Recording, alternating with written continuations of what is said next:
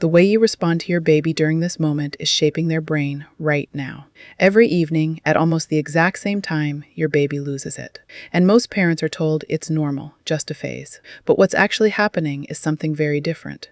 Your baby's nervous system is going into a biological stress response. And what you do in the next 20 minutes determines whether it escalates or settles.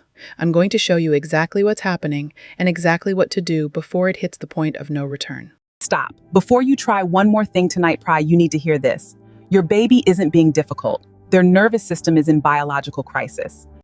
By the end of this video, you'll know the exact 20-minute window before your baby hits the point of no return. You'll know what's triggering it, and you'll know exactly what to do and what never to do when it starts. To understand how to stop it, we have to look at the clock. Let me show you what's actually happening inside your baby right now. If this feels predictable, it is. This isn't random. It's a measurable pattern seen across the world. Signal 1. The witching hour. What it actually is. The witching hour is not a folktale. It is a medically documented, cross-cultural, peer-reviewed phenomenon. Dr. Ronald Barr, a developmental pediatrician at McGill University, spent 15 years mapping infant crying patterns. He found that the evening cry peak appears in more than 80% of infants globally, regardless of feeding method, regardless of parenting philosophy, regardless of culture, country, or income level. If you're in Tokyo tonight, a baby is crying at 5 p.m. If you're in Lagos, a baby is crying at 5 p.m. If you're in Sao Paulo, a baby is crying at 5 p.m. This is not about you. This was never about you. And this is the part that should change everything. This isn't your baby reacting to something you did. This is your baby experiencing something happening to them from the inside.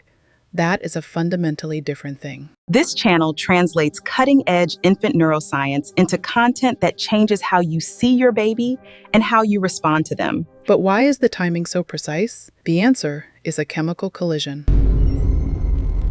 Signal 2. The neurochemical collision. In the late afternoon, around 4 to 6 p.m., a newborn's cortisol levels naturally spike. Cortisol is the primary stress and alertness hormone. At the same time, melatonin, the sleep hormone, begins to rise. In adults, these systems work in opposition. The system is calibrated. But in a newborn under 3 months old, the melatonin system is not yet calibrated. The system is essentially offline, so cortisol spikes. Melatonin tries to rise, but there is nothing in the nervous system to regulate the interaction. The two systems collide. And the result is a baby who is simultaneously wired and exhausted. Dr. Scott Rifkes at the University of Florida found that the melatonin system is, for practical purposes, absent in the first 6 to 8 weeks of life. They are experiencing a neurochemical event that their body cannot yet regulate. But hormones are only half the picture. Here's what I need you to do right now before you put your phone down. Hit subscribe. Imagine that collision happening inside a brain that is already full. Signal 3. The sensory buffer. Your newborn's sensory system is running from the moment they wake up. Every sound is processed. Every face is analyzed. Every shift in temperature is registered. Every texture is noticed. This is constant, high-intensity work for the brain. But that system has a limit. Think of it like a phone with no RAM left. It doesn't crash randomly. It crashes at a predictable moment, when the buffer hits its ceiling. For a newborn, that moment usually comes in the late afternoon. And this is where most parents, understandably, try to do more bouncing, more faces, more distraction.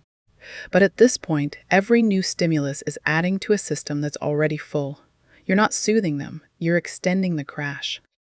To stop the cycle, you have to catch the window before the crash happens. Signal 4. The 20-minute leverage point. There is a short window before the full cry begins. If you catch it, everything gets easier. You can identify it by 3 signals. First, their gaze becomes unfocused. They stop tracking your face. Second, their movements change. Smooth motion becomes tense and jerky. Third, a low, flat whimper begins. Not a full cry, something quieter. This is the window. Once the full cry starts, cortisol is already at its peak. Calming becomes significantly harder. But catch this early and you shift the outcome. Dr. Harvey Karp identified a set of conditions that reactivate what he calls the calming reflex. His core idea is simple. The newborn brain is not fully adapted to the outside world. In this window, your job is not to entertain. Your job is to recreate the womb. Signal 5. The protocol. Stop doing these 3 things immediately. 1. Additional toys. 2. Bright overhead lights. 3. Multiple caregivers talking. Instead, do what the research supports. Swaddle to reduce overwhelm and activate the pressure response. White noise at 65 to 70 decibels. This matches the sound level inside the womb, side or stomach position while held. This activates the calming reflex. Rhythmic movement. Approximately 60 beats per minute, heartbeat rhythm, and darkness. Remove the visual processing burden entirely. These aren't hacks. This is the language a newborn's nervous system was built for. Before we get to the most important thing I want to leave you with today, I want to give you something. The witching hour ends every night, without exception. By around 3 to 4 months, the system begins to calibrate. The crying reduces, gradually, predictably, without drama. This is not a life sentence. You are not failing your baby. Your baby's nervous system is simply still developing, still coming online. And you, your voice, your heartbeat, your arms are part of the environment it is building itself around. Stay with me.